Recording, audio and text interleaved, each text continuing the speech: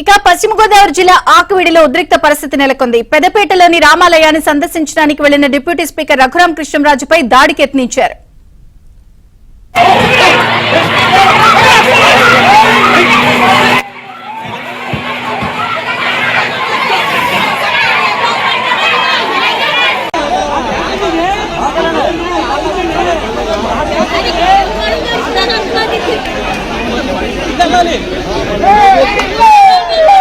కాలు కాలు కాలు కాలు కాలు కాలు కాలు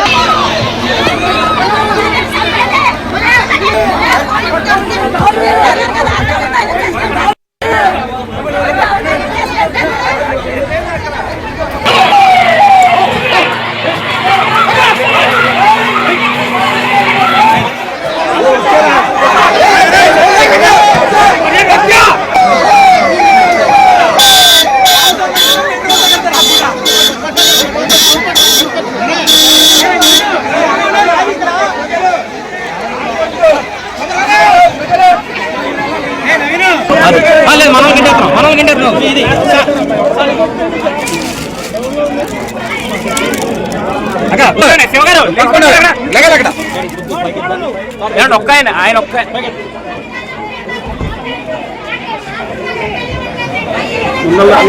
నందమ్మ కొబ్బరికాయ కొడుతుంది.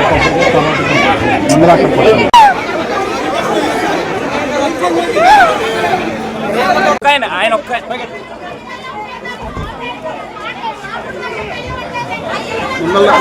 నందమ్మ కొబ్బరికాయ కొడుతుంది.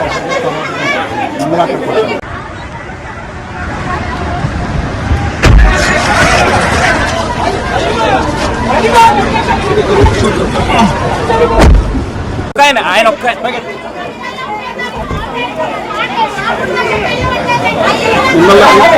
నందమ్మ కొబ్బరికాయ కొడుతుంది.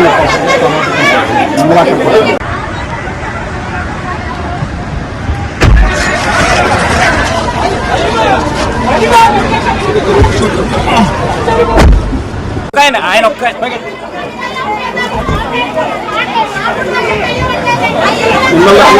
నందమ్మ కొబ్బరికాయ కొడుతుంది.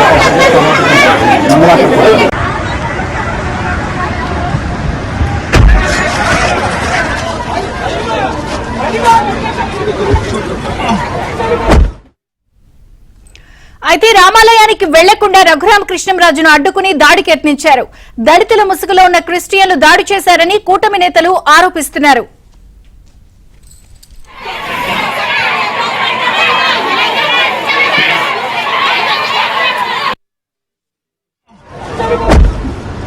ఆయన ఒక్క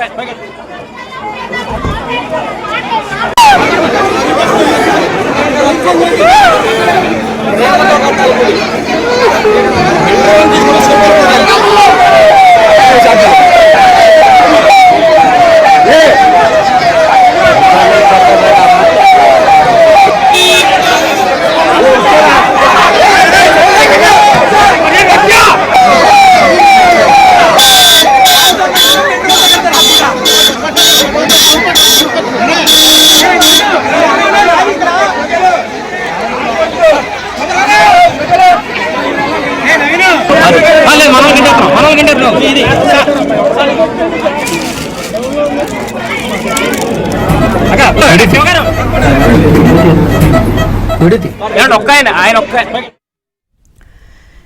ఇక ఆకువీడిలో డిప్యూటీ స్పీకర్ రఘురాం కృష్ణంరాజుపై కూటమి నేతలపై మేకలు రాళ్లతో దాడి చేశారు. అయితే ఈ ఘటనలో పలువురికి గాయాలు కూడా అయ్యాయి. మరిన్ని వివరాలు రాంబాబు అందిస్తారు. రాంబాబు.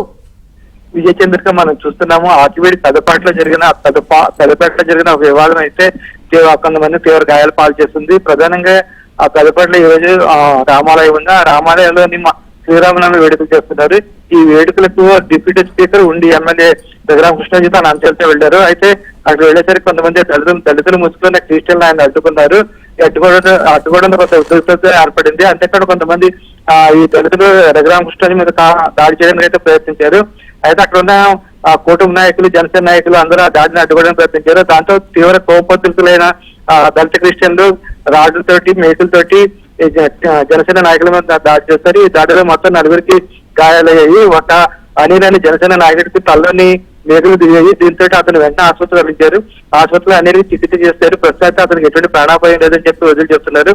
అయితే ఈ దాడి అనంతరం రఘురామకృష్ణ దేవాలయాలకు వెళ్లి పూజలు చేసి వెంటనే వెనుదిగారు. అయితే ఈ దాడి అందుక కుట్ర ఉందని ఉద్దేశపూర్వకంగా దాడి చేశారని చెప్పేసి అక్కడ ఉన్న స్థానికులు అదేవిధంగా కూటమి నేతలు అయితే ఆరోపణలు చేస్తున్నారు.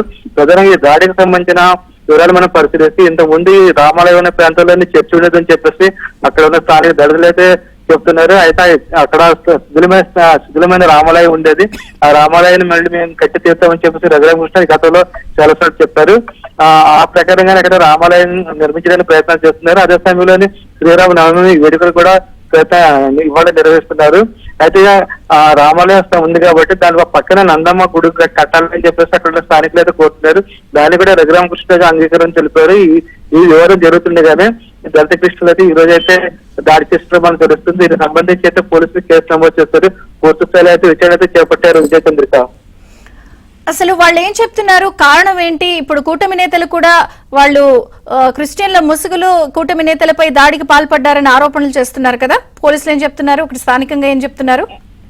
విజయ చంద్ర, ప్రధానంగా అయితే దీనికి అక్కడ ఉన్న గతంలో దళితులు అదేవిధంగా స్థానికుల మధ్య వివాదం అయితే ఉంది. ప్రధానంగా రామాలయానికి సంబంధించి వివాదం కొంతకాలంగా నడుస్తుంది. ఎందుకంటే రామాలయ ప్రాంతంలో చర్చి ఉండేది. ఆ చర్చిని పడగొట్టేసి ఆ రామాలయం నిర్మిస్తున్నారని చెప్పేసి అక్కడ ఉన్న దళితులు అయితే ఆరోపిస్తున్నారు. అయితే పూర్వం నుంచి అక్కడ సిద్ధమైన రామాలయం ఉండేది కాబట్టి మళ్ళీ రామాలయం కడతామని చెప్పేసి రఘురామకృష్ణ చాలాసార్లు చెప్పారు. ఈ ప్రయత్నాలు ఎవరెడ్డి వచ్చినా సరే సహించలేదని చెప్పేసి ఆయన త్రిబులార్ అయితే చాలాసార్లు హెచ్చరికలు జారీ చేశారు. దానిని దృష్టిలో పెట్టుకుని ఈ రోజు ఈ వివాదానికి వాళ్ళు పాల్పడినట్టుగా దాడికి పాల్పడినట్టుగా అక్కడ ఉన్న టీడీపీ నాయకులు కూటమి నాయకులు అయితే చెప్తున్నారు. అది దీనికి సంబంధించి పోలీసులు అయితే పూర్తి స్థాయిలో విచారణ అయితే జరుపుతున్నారు. ఎందుకంటే గతం నుంచి వివాదం ఉంది కాబట్టి దాన్ని ఏ విధంగా పరిష్కరించాలి, అదేవిధంగా దాడి చేసిన వాళ్ళపై ఏ సెక్షన్ ప్రకారం కేసులు నమోదు చేయాలని పోలీసులు అయితే ప్రస్తుతం అయితే ఆలోచన అయితే చేస్తున్నారు. అయితే ప్రస్తుతానికి అయితే దీనికి సంబంధించి పూర్తి స్థాయిలో విచారణ చేస్తామని చెప్పేసి పోలీసు అధికారులు